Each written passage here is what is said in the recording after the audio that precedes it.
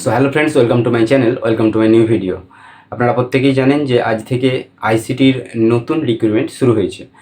তো খুবই ভালো ব্যাপার, আইসিটির নতুন যে স্কুলগুলো ভ্যাকেন্সি আছে সেখানে নিয়োগ হবে। কিন্তু এখানে একটা প্রশ্ন আছে, যেটা হচ্ছে যারা বিগত দিনে রেজিস্টার্ড হয়ে আছে, ঠিক আছে, তাদের রেজিস্টার্ড হয়ে আছে, তারা নতুন করে অ্যাপ্লিকেশন করতে পারবে না, অলরেডি রেজিস্টার দেখাবে। কিন্তু যাদের ট্রেনিং হয়েছিল, ট্রেনিং মানে বুঝতে পেরেছেন যেটা বলছি আমি, সেটা হলো ইন্টারভিউ পাস করার পর, পরীক্ষা দেওয়ার পর পাস হয়ে যাওয়ার পরে ট্রেনিং হয়েছিল, ট্রেনিং দেওয়ার পরে তাদের আর এখন পর্যন্ত ডাকা হয়নি। তাহলে তারা যে ওয়েটিং লিস্টে আছে তাদের কী হবে? তাদের কি আবার নতুন করে ডাকা হবে? এই যে পোর্টাল চালু হয়েছে এখন, এই পোর্টালে কাদের নিয়োগ করা হবে সেই নিয়েই আজকের ভিডিও। তো এখানে যারা অ্যাপ্লিকেশন করতে পারবে নতুনরা, যারা এর আগে কখনোই অ্যাপ্লাই করেনি, যাদের অ্যাপ্লিকেশন আইডি, মোবাইল নাম্বার এবং ইমেল আইডি দিয়ে যারা এখনও রেজিস্টার করেনি, কিংবা আধার কার্ড দিয়ে যারা রেজিস্টার করেনি, তারাই এই নতুন সাইটে অ্যাপ্লিকেশন করতে পারবে। এখন প্রশ্ন যেটা, সেটা হলো যারা 2025 কিংবা 23-24 মানে বিগত বছরগুলোতে যারা ট্রেনিং পেয়েছিল তাদেরকে এখন পর্যন্ত ডাকা হয়নি, তাহলে তাদের কেসগুলো কি হবে? আরেকটা প্রশ্ন, এই যে নিয়োগের নিয়মটা, পরীক্ষা দেখুন প্রত্যেক বছর পরীক্ষা যেটা হয়, এই যে সাইট খুলে প্রতি বছর ফেব্রুয়ারি মাসের শেষের দিক এবং মার্চের প্রথম কিংবা শেষের দিকটায় এই সাইট চালু হয়, অ্যাপ্লিকেশান হয়, কিছুদিনের জন্য অ্যাপ্লিকেশান চালু থাকে, সাইট চালু থাকে, তারপরে লেখা থাকে কামিং সুন, এরকম কিছু একটা লেখা থাকে। তো এখন যেটা ব্যাপার হচ্ছে, এই জিনিসটা বেশি দিনের থাকে না, কয়েকদিনের জন্য রেজিস্টার করতে দেয়। এটা কি তাহলে মানে কোম্পানির থেকে এরকমই নিয়ম করা হয়ে গেছে যে কিছুদিনের জন্য সাইটটা খোলা থাকবে, সেই কজন রেজিস্টার করবে, রেজিস্টার করার পরে তাদেরকে ইন্টারভিউ নেওয়ার পরে কয়েকজনকে সিলেক্ট করে নিয়ে দেখানো হয়ে যাবে, জাস্ট এরকম কি?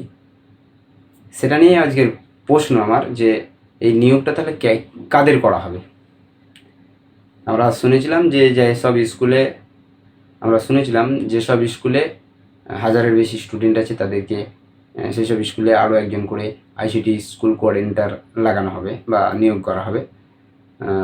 তো সেই সব স্কুলগুলোতে যদি নিয়োগ করা হয় তাহলে তারা এইটাতে অ্যাপ্লিকেশন করতে পারবে। কিন্তু এমন কিছু রিপোর্ট আমার কাছে এসেছে যেটা খুবই খারাপ লাগছে শুনতে, যে যাদেরকে ট্রেনিং দেওয়া হলো, তাদেরকে কিছুজনকে ড্রাফটও কাটতে দেওয়া হয়েছিল, ড্রাফট কাটার পর তাদেরকে আবার ড্রাফট ফেরত দিয়ে দেওয়া হয়েছে, কিছুজনকে তাদের মধ্যে আবার সিলেক্ট করা হয়েছে। আবার এমন কিছু ব্যাপার আছে, কিছুজনকে ডাইরেক্টলি নিয়োগ করা হয়ে গেছে, মানে সে অন্য জায়গায় পোস্ট পেয়ে গেছে, তাকে চেঞ্জ করে দিয়ে সেই জায়গায় অন্যজন ওই উইশ লিস্ট বলে যেটাকে, উইশ লিস্ট থেকে তাকে বেছে নিয়ে এসে। তো যারা এই যে ট্রেনিং নিয়ে আসে তাদেরকে উইশ লিস্ট থেকে না নিয়ে আবার নতুন করে পোর্টাল চালু করার কি দরকার ছিল? কিংবা আমি বলছি না যে নতুন করে নিয়োগ করাটা ঠিক নয়, কিন্তু যাদেরকে ট্রেনিং করে পাস করে আছে তাদেরকে না নিয়ে, আমার বলার উদ্দেশ্য হচ্ছে যারা ট্রেনিং নিয়ে আছে তাদেরকে আগে সুযোগটা দেওয়া হোক, তারপরে নতুনগুলোকে নেওয়া হবে। যদি কতগুলো ভ্যাকেন্সি ফাঁকা আছে সেই ভ্যাকেন্সি অনুযায়ী তাদেরকে অ্যাপ্লিকেশন করা হবে, এটাই তো নিয়ম।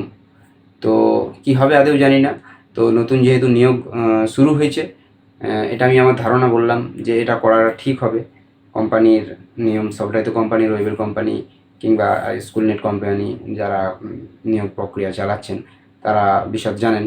তো আমার কাছে কথা হচ্ছে যেটা, সেটা হলো তাদেরকে আগে সুযোগটা দেওয়া হোক, তারপরে যারা নতুন আছে তাদের মধ্যে যে সব ক্রাইটেরিয়াগুলো আছে সেইগুলো ক্রাইটেরিয়া আপনারা জানেন কীভাবে ফর্ম ফিল আপ করতে হয়। আপনারা যারা অ্যাপ্লিকেশন করবে তারা ফর্ম ফিল আপ কীভাবে করতে হয় সেটা নিশ্চয়ই দেখানোর দরকার নেই। তো সাইটটা আছে লার্নেটের, আপনারা লিখবেন যে আইসিটি স্কুল, গুগলে যে লিখবেন যে আইসিটি স্কুল কোঅর্ডিনেটর রিক্রুটমেন্ট বলে লিখলেই চলে আসবে জব অ্যাপ্লিকেশান পোর্টাল। সেখান থেকে আপনারা লিঙ্ক পেয়ে যাবেন, সেখান থেকে আপনারা ফর্ম ফিল আপ করতে পারবেন। তো ফর্ম ফিল আপ করার প্রক্রিয়া আমি দেখাতে চাইছি না, আপনারা জানেন প্রত্যেকেই।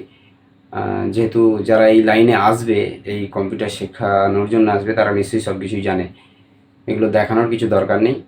আর এটাই হচ্ছে মেন টপিক, যে আমি বলেছিলাম যে যদি কোনো রিক্রুটমেন্টের খবর আসে আপনাদেরকে জানাবো।